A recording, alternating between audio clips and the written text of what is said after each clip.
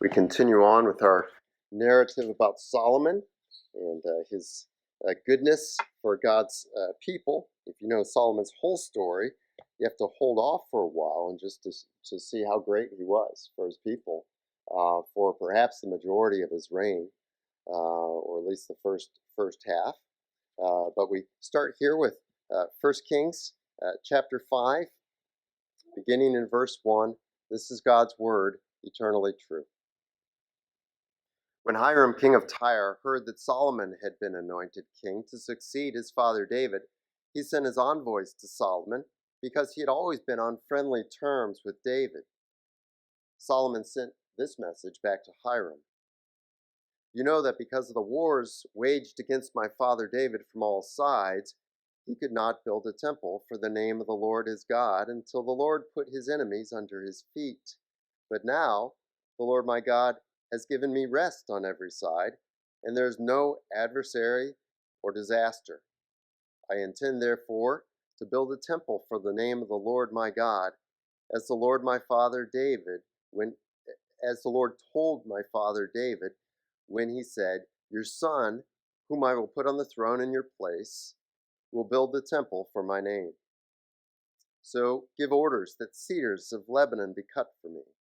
My men will work with yours, and I will pay you for your men whatever wages you set. You know that we have no one so skilled in felling timber as the Sidonians. When Hiram heard Solomon's message, he was greatly pleased and said, praise be to the Lord today, for he has given David a wise son to rule over this great nation. So Hiram sent word to Solomon. I have received the message you sent me, and will do all you want in providing the cedar and pine logs. My men will haul them down from Lebanon to the sea, and I will float to them in rafts by sea to the place you specify. Therefore I will separate them, and you can take them away. And you are to grant my wish by providing food for my royal household. In this way, Hiram kept Solomon supplied with all the cedar and pine logs he wanted. And Solomon gave Hiram 20,000 cores of wheat as food for his household, in addition to 20,000 baths of pressed olive oil. Solomon continued to do this for Hiram year after year. The Lord gave Solomon wisdom, just as he had promised him. There were peaceful relations between Hiram and Solomon, and the two of them made a treaty. King Solomon conscripted laborers from all Israel, 30,000 men. He sent them off to Lebanon in shifts of 10,000 a month, so that they spent 1 month in Lebanon and 2 months at home. Adoniram was in charge of the forced labor. Solomon had 70,000 carriers and 80,000 stonecutters in the hills, as well as 3,300 foremen who supervised the project and directed the workmen. At the king's command, they removed from the quarry large blocks of quality stone to provide a foundation of dressed stone for the temple. The craftsmen of Solomon and Hiram and the men of Gebel cut and prepared the timber and stone for the building of the temple. Here ends our reading. We have a response of thankfulness that is printed for us in our bulletin. The word of the Lord. Thanks indeed. Let's pray. When I was a kid, we were growing up, and I don't know if I had a really Bible-believing pastor as I grew up. And I remember thinking as a little respectful person toward God and the Bible, but yet not a believer, not somebody who understood the gospel. I remember on Saturday nights always hoping that my parents just said, hey, let's watch Saturday Night Live tonight, and that would call it quits for church the next morning. So that would happen, and I was glad when we didn't have to wake up early the next morning on Sunday, but my conscience was always bothered. I knew there was some place I should be on Sunday morning instead of just at home.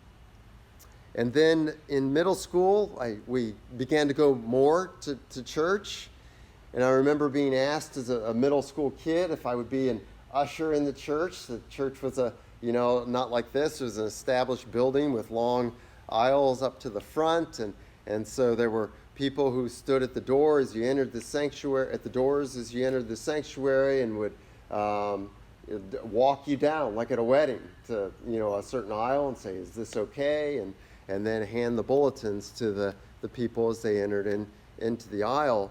And I felt good about that, and inside that I was helping with that. But then as later then I became a believer, I wondered, where does this fit in when you're helping and working in the church? Does that make you accepted by God? You're working in the church, because I knew when I did work in the church, it made me feel better, or should I just receive when I come into the church? Understanding the gospel is all something that God has given to us. So as we look at this passage this morning, we'll address these two sides of things, or these two questions. One is, why do I feel guilty when I blow off worship, or think about blowing off worship? Why do I feel empty if I end up being on vacation and it doesn't work out that I get to some place? So what's going on with worship and my soul? Second thing is this: do I come to church to get? I do get benefit. You and I get benefit. We don't deny that when we come to the church. But we understand that salvation is not it's not a matter of us earning our way into heaven. And so how does that work out? How do we evaluate? How do we look at? What's our perspective to be about any work that we do that's in the church? So first of all, salvation now and heaven for our souls when we die, and the new heavens and new earth when Jesus comes back, are unearned things. We get all these benefits, these blessings from God. Our salvation is from God, and that's unearned, and Jesus is central in that. Jesus does the work in that. If you'd like to fill out blanks in an outline, our first 2 points relate to this: that as far as our salvation is concerned, as far as our souls going to heaven when we die, as far as us being with Jesus in the new heavens and new earth when Jesus comes back, that's something that we don't earn, and something that's all up to Jesus, just something that Jesus does and that he's central in. We'll see this as we come to the actual temple building, as we read of it. It says Solomon did this, and Solomon did that, and Solomon did this other thing, even though we know that it wasn't Solomon with a hammer in his hand, or who was dressing the stones. So number one, we say this: today, the great Son of David, Jesus, is key for absolute blessing in eternity. We want to understand this, that Jesus is key for absolute blessing in eternity into the new heavens and new earth. And we can see this in verse 1, we can see it in verses 3 and 4, and in verse 12. We see David and Solomon, the son of David. What did they establish for God's people? And we see in those verses 1, 3, and 4, and 12, absolute peace. Rest. Rest on every side, Solomon says. Because David did this warring. He did all this battling before Solomon took the throne. And then because all these battles had been won through David, there was peace through all the kingdom. And so we look at Jesus and we understand that Jesus is absolutely necessary for us to have peace and rest. If Solomon attained to the throne and David had not been there doing all this warring, God's people would have still been dominated by the Philistines and bothered by the Moabites and the Ammonites and others who had bothered them during the reign of Saul before David. And this is the case for us too. We look and we see that Jesus is the one, and A there in your outline there. Just as God's people under Solomon had international peace and rest in the land. A, Jesus will defeat and remove from the earth all who are against him and his people at the last day. Jesus will defeat and remove from the earth all who are against him and his people at the last day in a final battle. So just as David had done this in verses 3 and 4, you see there in this passage here, we see that this is true for Jesus, doing this for us. And all those passages I list there talk about how Jesus provides for us rest from all his and our enemies, as we read about in our confessing our faith this morning. How does Jesus exercise the office of a king? By subduing us to himself. He quells our sinful hearts, our rebellion against him and his ways, and our rebellion against the fact that we need him for eternal life. So he defeats our rebelliousness first. But then the good news about Jesus being king is he also defeats all his and our enemies. All who are against him and all who are against us. And so that's what we declared about Jesus being king as we looked there in our bulletins and read that aloud. And that's good news. Jesus defeats Satan and all who are against us, and he removes them from the earth. And so that's what we see when Jesus comes in final battle. A good place for that is Revelation 19. You also see in Matthew 25, Jesus comes at final judgment and he casts out all who have not believed and trusted in him. Casts them away. So we're no longer persecuted. So Jesus no longer has present with him as he comes to the earth. No longer has present among him and among us those who are against him. And he establishes for us peace. He says in Revelation 21, 7 and 8, all who are doing sin have been cast out. Then B, after this, after he comes and defeats and removes those who are against him and his people at the last day, he renews the earth. So after this, he will renew the earth. And Scripture talks about this in 2 Peter 3, and then in Revelation 21 and 22, that Jesus comes and he removes the curse. No longer are there any weeds or moles like I have in my front yard right now, ruining my yard, or weeds. I put weed spray on yesterday, and things will just work as they're supposed to work when he comes and renews the earth and does away with our sinfulness, the sinfulness of people, and the things in the earth that are not working right. Earthquakes and tornadoes and hurricanes and floods. And no longer will there be death and decay. And there will simply be fruitfulness on the earth. So Jesus comes at the last day and he renews the earth. And then C, and his people, us, the meek, will inherit the earth. Okay, so that's what Jesus is talking about in Matthew 5:5. The meek will inherit the earth. This is not some fantasy land thing that Jesus has. Yeah, just be nice and everybody will like you, right? That's not how it works here in this era. But when Jesus clears out the earth, the meek will inherit it. The whole thing, all the earth, not just the promised land as a little strip of land amongst the whole earth in rebellion, like during the Old Testament times. But the whole earth will be the promised land. That's what is promised to Christians, to the meek. The meek will inherit the earth. And that's who Christians are. We're the meek. We're those who turn the other cheek. We're those who don't seek revenge, but allow God to be the judge and allow him to dole out punishment, even against those who have harmed us. And so we bless those who curse us. We bless and do not curse. And we pray for those who persecute us. Those are the actions of the meek. And when Jesus comes back, he will establish, like David did and had in Solomon's day, international peace. So this international peace we see that David has earned and established for his son Solomon is earned by Jesus when he comes back and does battle and renews the earth at the last day.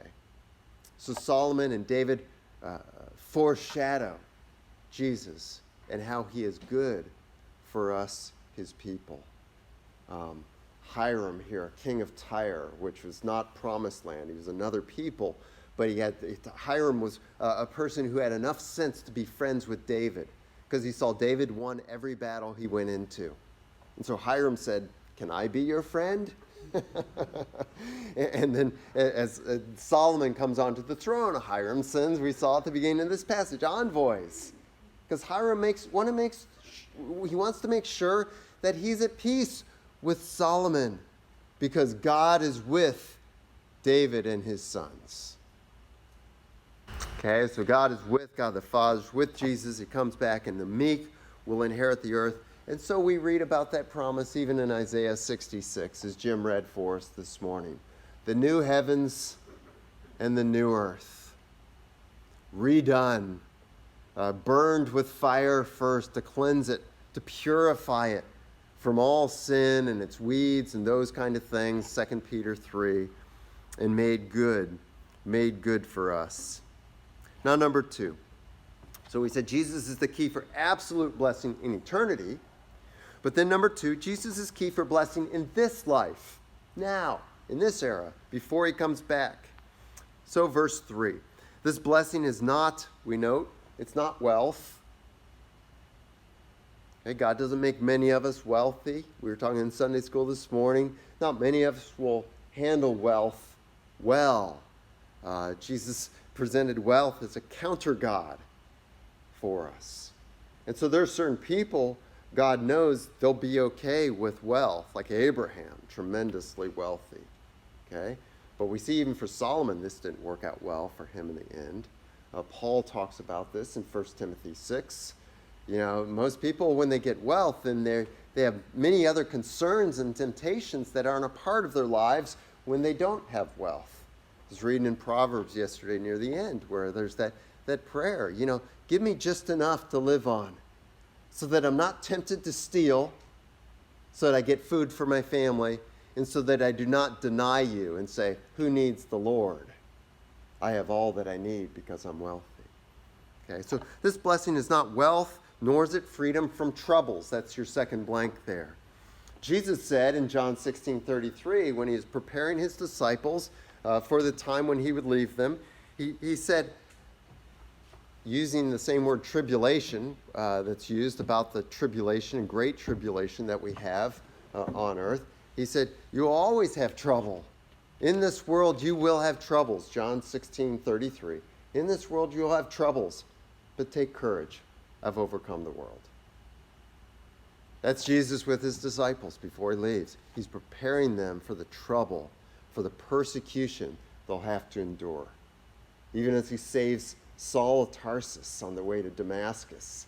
You know, what he says to Ananias, who's going to meet Saul in Damascus and give Paul his sight back, he says to Ananias, speaking of Paul, I will show him how much he must suffer for my sake.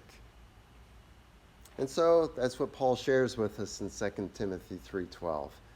All who desire to live godly in Christ Jesus will be persecuted. So in this life, we're not saved from poverty. We're not saved from persecution. We have those things. Rather, the goodness, the blessing we have in this life, it's fruitfulness, rest, that's your blank, fruitfulness, rest, and peace for our souls.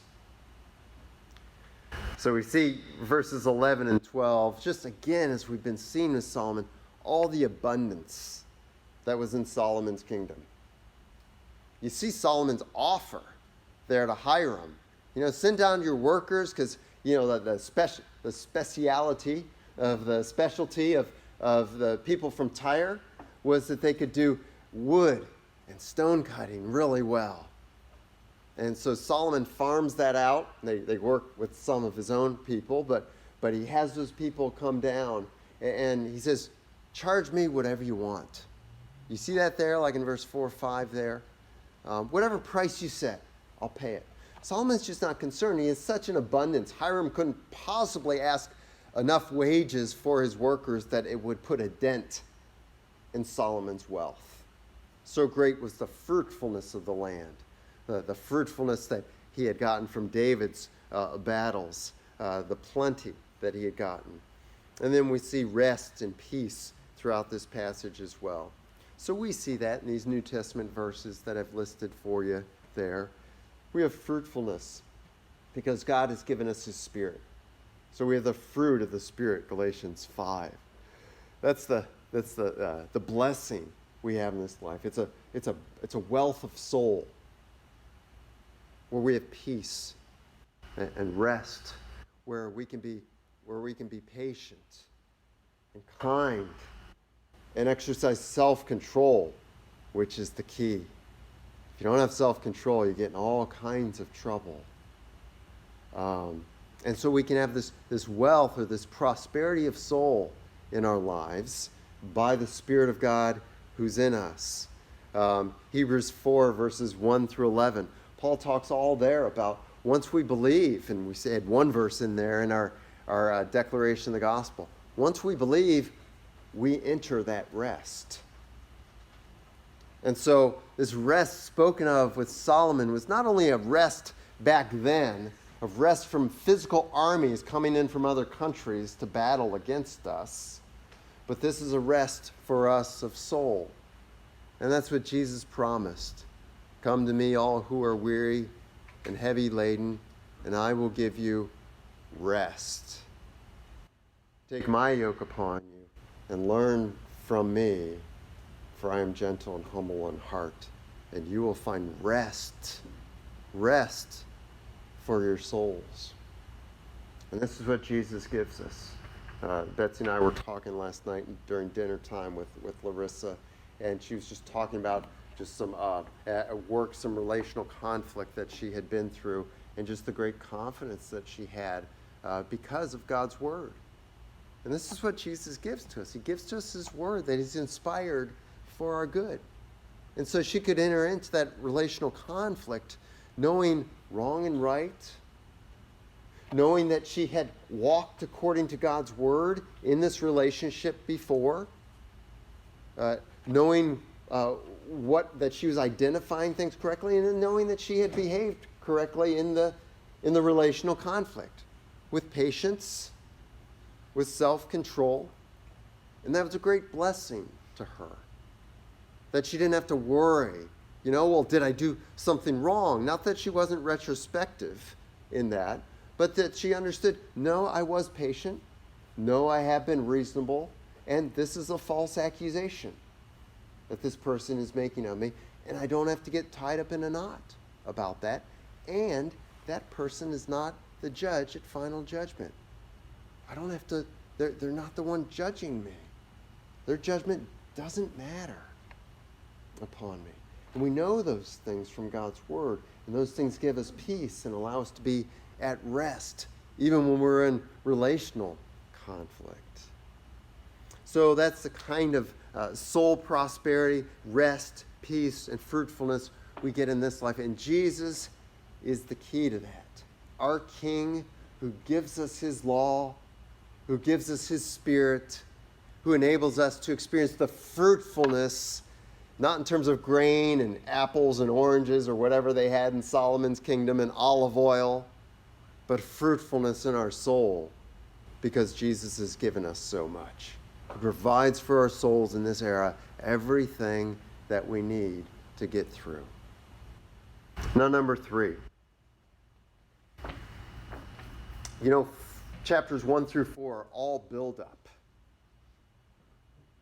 The real crux of what's going on in Solomon. That you're just kind of like John the Baptist. The whole point of his life is to baptize Jesus.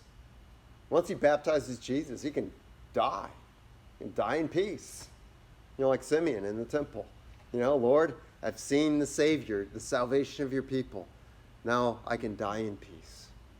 And Solomon's reason for being is temple building. That's why he comes why he comes into play.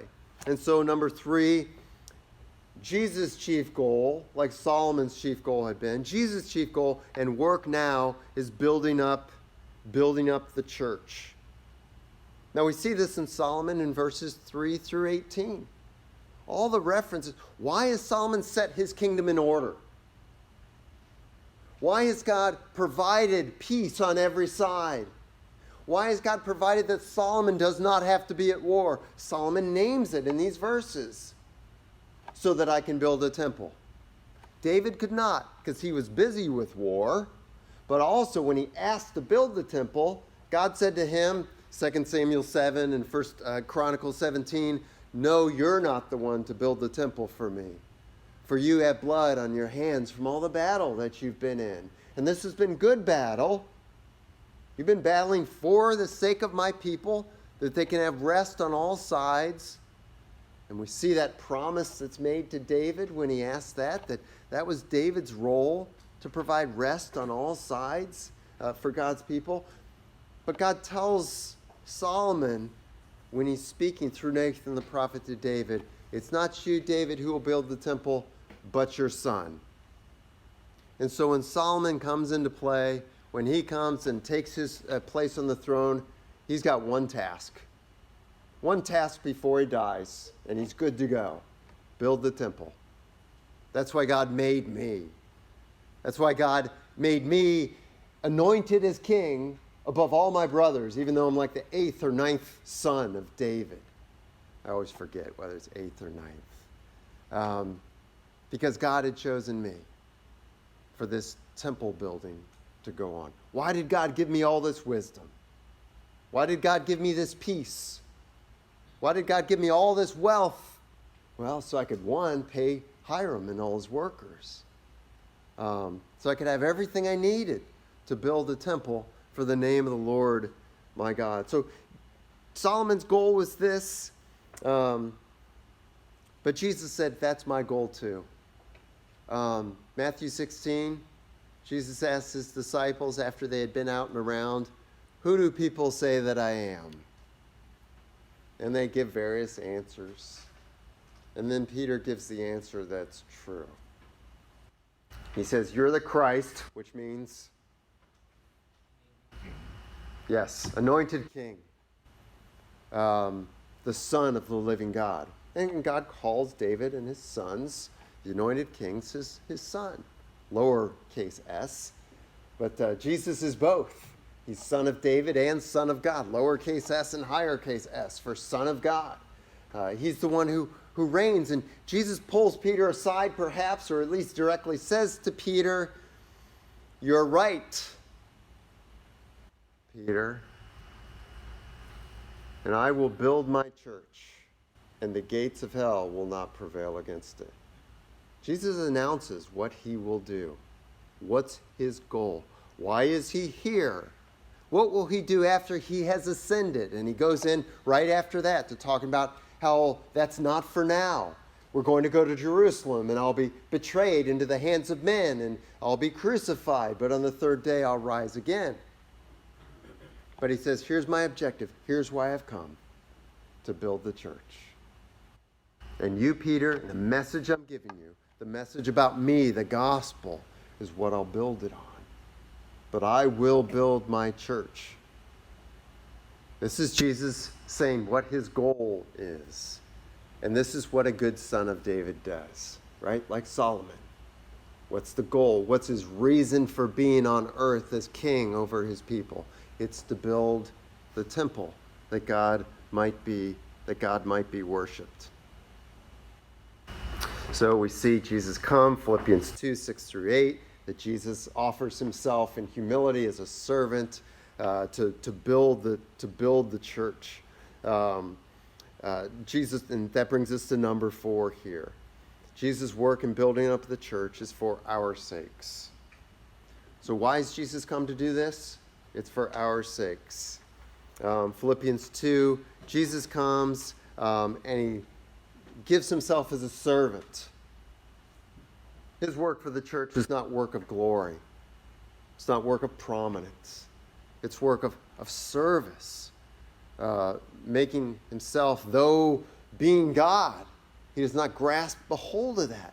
He lets go of that and allows himself to be viewed as a man, and a humble man who's despised by men. Hebrews 2:9, Jesus suffered death so that by the grace of God he might taste death for all of us. He works to build us up, to bless us now and for eternity. So how so? What does he do? A, what does Jesus do to build up the church, to build up the temple? First of all, he saves us. That's Galatians 1:4 and Ephesians 5:2. He gave up his life for us to purchase us from the kingdom of darkness, that in eternity we would be blessed. B, to build up his church, he brings us into his people. So each of us individually, he's brought us into his people, into the church, that we may properly worship. Okay, this is what Solomon was doing. He was building a temple so that his people might properly worship. And we see the temple being built here in the next couple of chapters here. We see, and we've seen it already in the previous chapters, the Ark of the Covenant was in Jerusalem in a tent that David had pitched for it. But the tabernacle was in Gibeon. And the altar burnt offering, where the sacrifices were happening, were in Gibeon. Everything was kind of in disarray, and God was dealing with his people in grace for the time. But Solomon builds this temple so all God's people can come in and give proper worship to God. And this is something God talked about to Moses. When I bring you into the land, I will put my name in a certain place, my presence in a certain place, and you will all worship me there. And you'll no longer worship everywhere, scattered around, but you'll worship in this one place and come offer this proper, formal worship to me in one place and not all over the place. And so Solomon does that so these people can experience worship as it should be.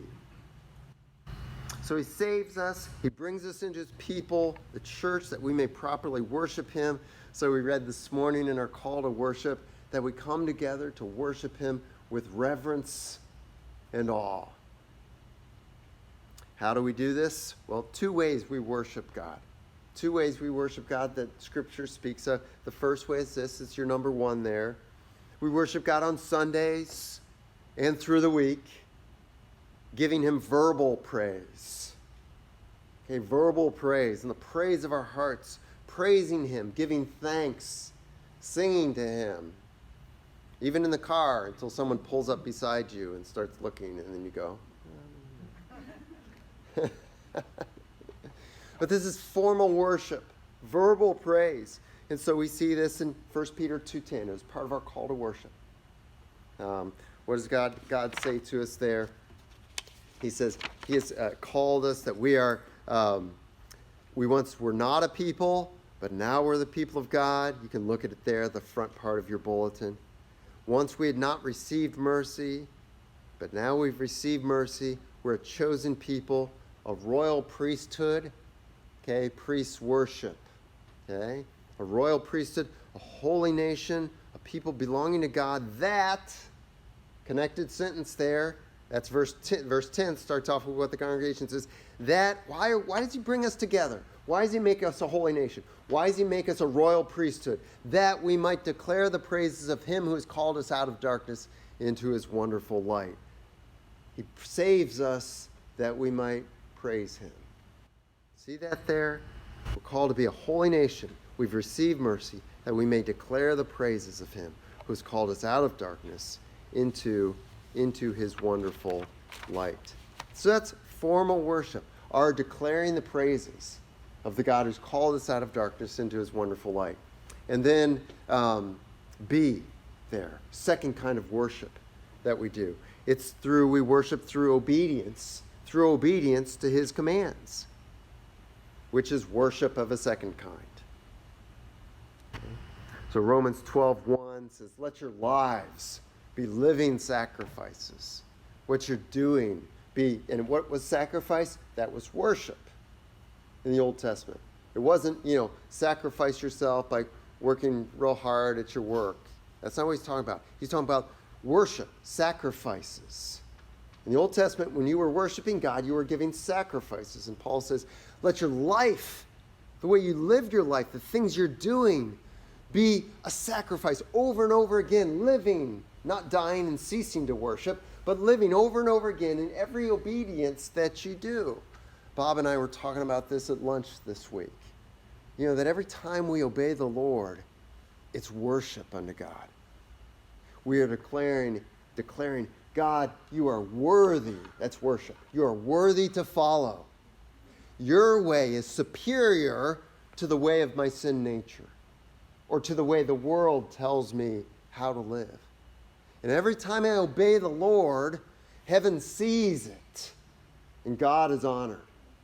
And anyone who's around me sees that God is honored by my obedience. And so Paul speaks of that. Let your lives be a living sacrifice, Romans 12:1. Or in Jeremiah 7:21 through 23 that Jim read for us this morning, God says, yeah, sacrifices, sure. But you guys are all worshiping false gods right now. You see that all through that passage. They're worshiping false gods. But they thought, as long as we give our sacrifices at the temple, we're good. And God says, no, I also told Moses, besides offering that sacrifice, that you're to obey me and to walk in my ways. If you're not obeying me and walking my ways, keep your sacrifices, or burn as many burnt offerings as you want to, and all the meat belongs to me in a burnt offering. But God says there in Jeremiah, burn all the burnt offerings you want to and eat the meat yourselves. I don't want it. You're not worshiping me. You don't care for me. You're worshiping other gods. You're trusting them for peace and rain and good crops. So go to them, pray to them, and see if they hear you. And so God says, yeah, keep offering those burnt offerings. I'm not accepting them. My door is closed. Your worship is not acceptable to me because you don't obey me. You're doing what you want to do, not what I've called you to do. So that's our other kind of worship. So we worship God in that way today. Formal worship, where we declare His praises, Sunday mornings and other times, and then through our obedience in our lives. So see, why does Jesus bring us in the church to worship? Okay, now this is a big blank in the American evangelical world. The American evangelical world doesn't understand worship very well. Some do, but they don't. Largely it's thought, you sing songs and it's kind of like the yoga, not yoga, but Buddhism, where you're in a yoga position and you're going home till you feel into it. And a lot of Christian worship today is singing, mantras over and over again until you're feeling it. All right? And that's the purpose of worship, to feel close to God. But that's not the purpose of worship. Now, you may feel close to God when you worship. You may not. But the point is, God deserves worship. And whether you're feeling it or not, you do it. Right? It's like work. Whether I'm feeling like going into work or not, I do it if I care for myself. If I care for my paycheck, right? I'm watching a series now on Apple Plus called Trying, and one of the main character, is dating somebody, and she actually gets engaged to him, and he's just completely selfish into himself, and so he's allowing her to work, and she supports him, and people keep asking him, "Hey, Scott, have you found a job yet?" And he says, "Well, I was thinking about this, but I just wasn't feeling it. Not sure that's, what I'm supposed to be doing. Because I really, want to be doing this." And he names something totally selfish and lazy to that. But that's not, we worship God because He deserves our worship. So that's one reason He brings us into the church, that we might worship, so that you see there's why. But here's the big reason that's going on with Solomon, why he's creating the temple, that God might be worshipped properly. Here's why Jesus brings us into the temple, 1 Peter 2:10, that we might declare the praises of Him who called us out of darkness into His wonderful light. Why does He do this? It's because worship, here's your next line there, worship is critical. Worship is critical for receiving blessing in life and not disciplinary hardship. Okay, now, reminder, if you've been here in weeks before, and if you haven't, just new news for you if you don't know it already. 1st and 2nd Kings, we look at the last thing in 2nd Kings, and we find out that the people are already in exile. Okay, so 1st and 2nd Kings is one book. It's one book in the Hebrew Bible, and we just split it up because it's easier when you're not managing that many chapters, I guess. I don't know. But it's all written after the people are in exile in Babylon.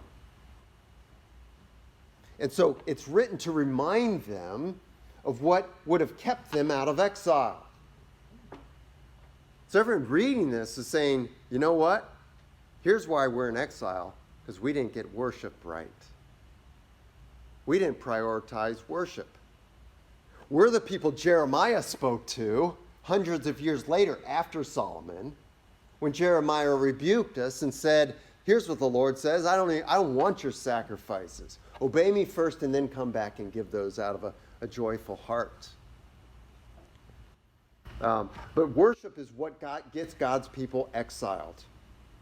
Okay? It's not, I was hateful, or I let my self-control go and I said this bad thing to my sister or brother or my neighbor.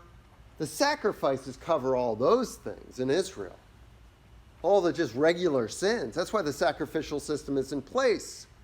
God knows that we with our sin natures will sin, but he says, here's the one thing you have to get right. It's worship. And you worship me and no other.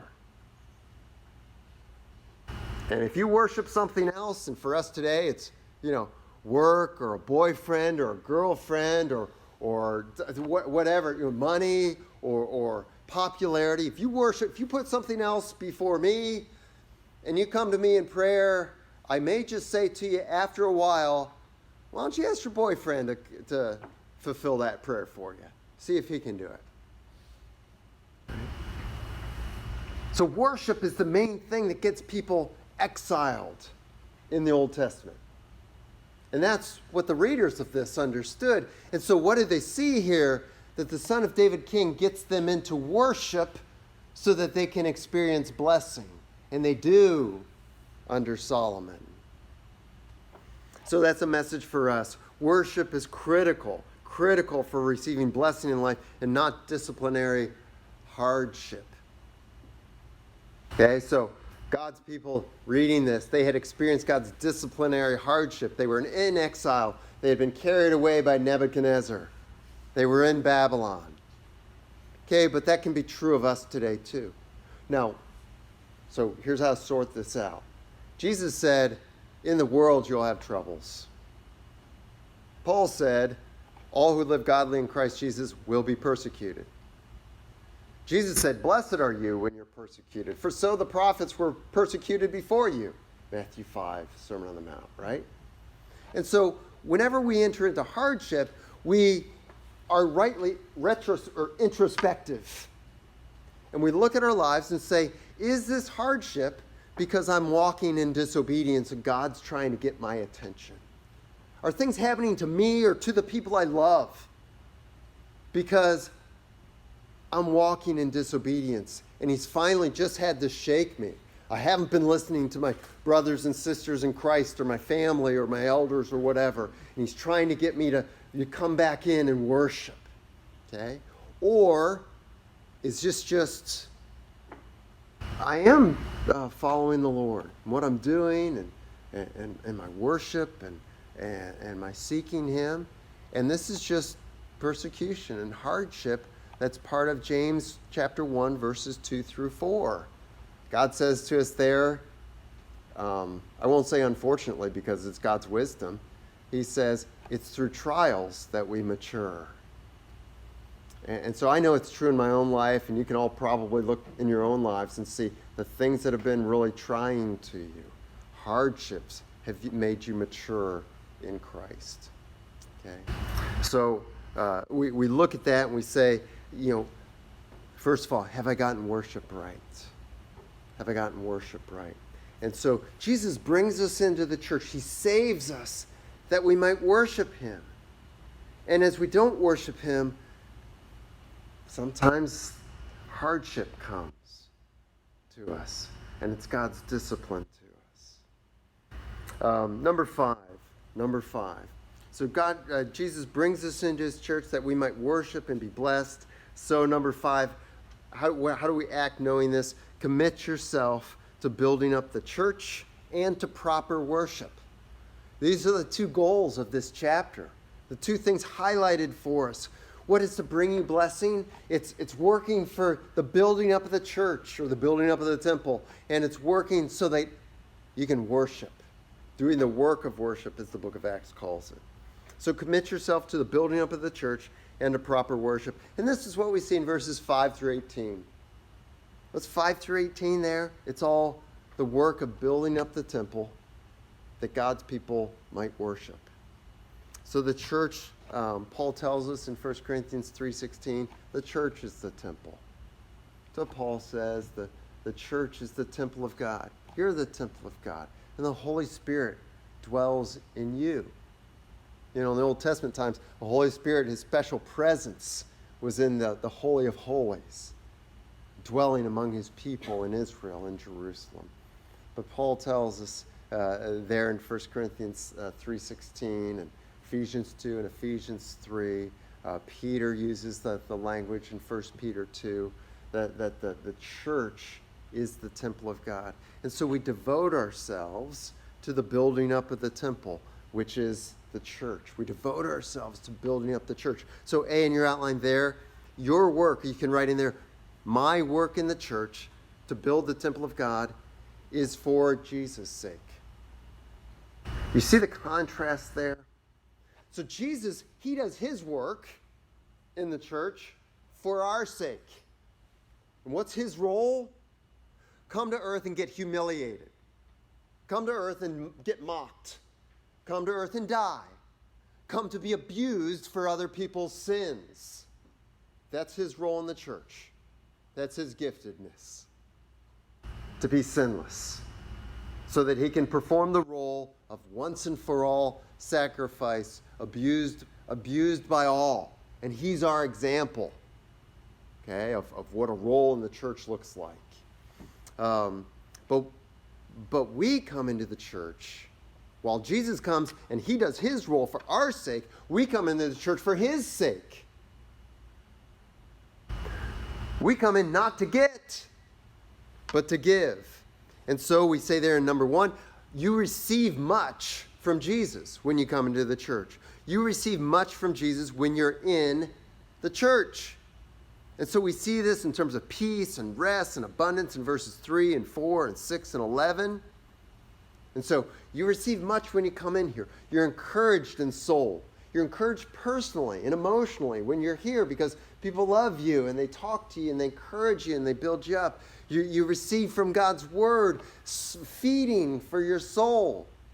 Encouragement that God does love me and he's working for me and he's protecting and defending me. Jesus is as my king. And so you get much, but you come in not to get.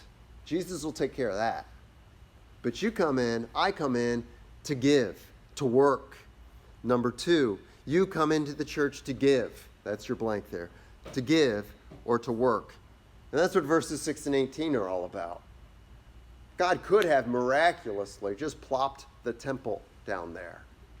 But he has his people devotedly come and build this temple. Build the temple up. And there's all this work being done. Timber being cut down, being transported along the coast, the Mediterranean coast, coming down to Joppa.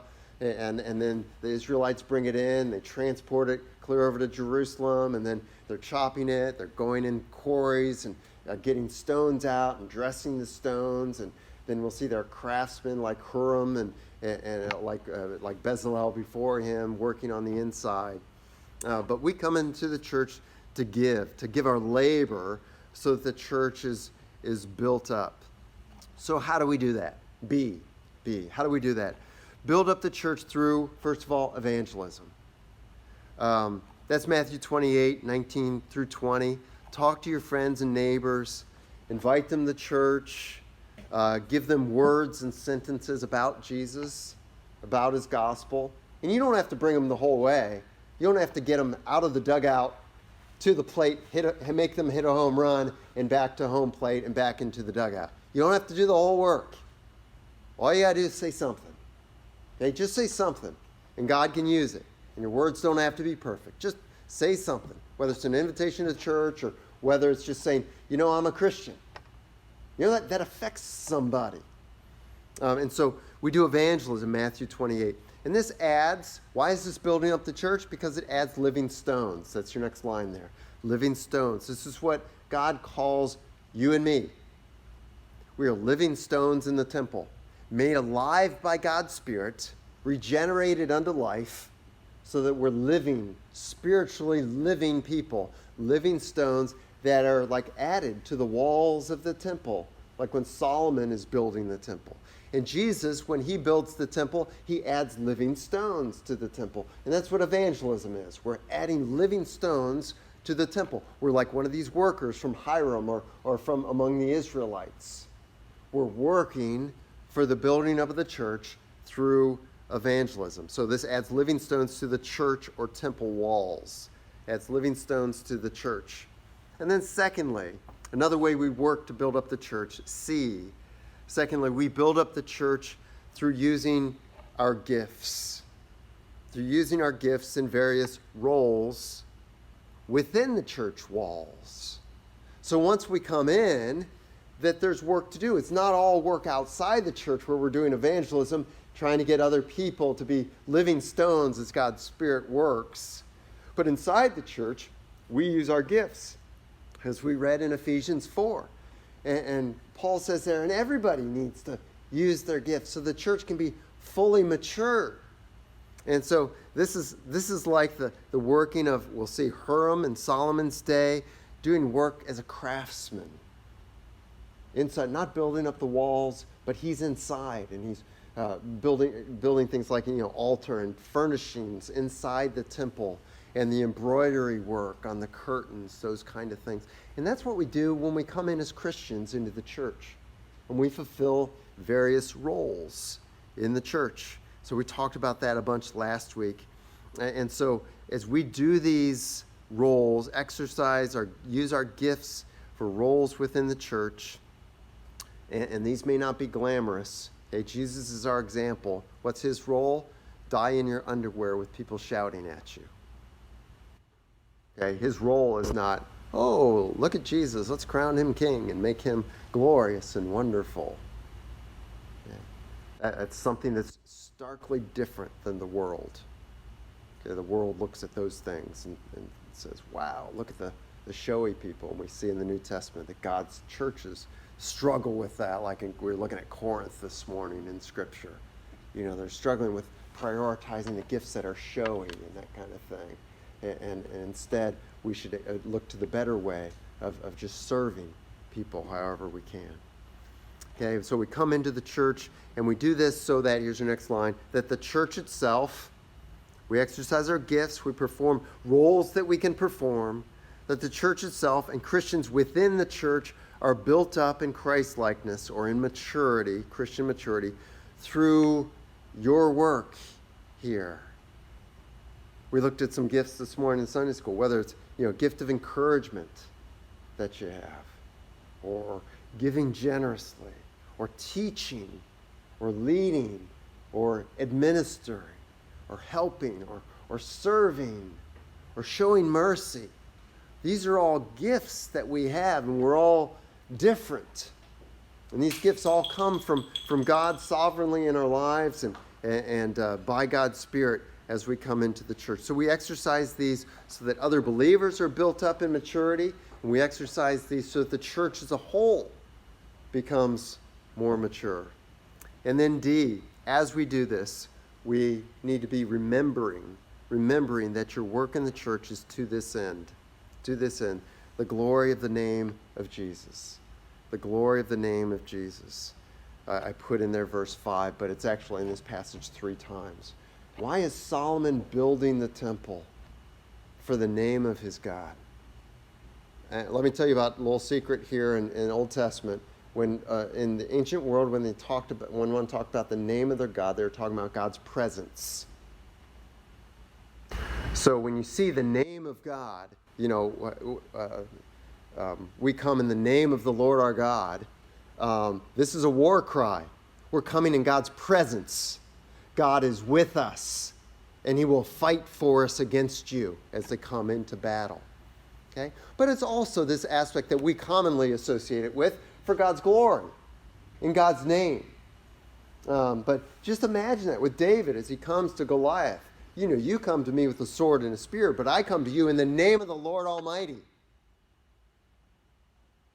And that's why David's confident, because God is present. The name of the Lord, God's presence is with him.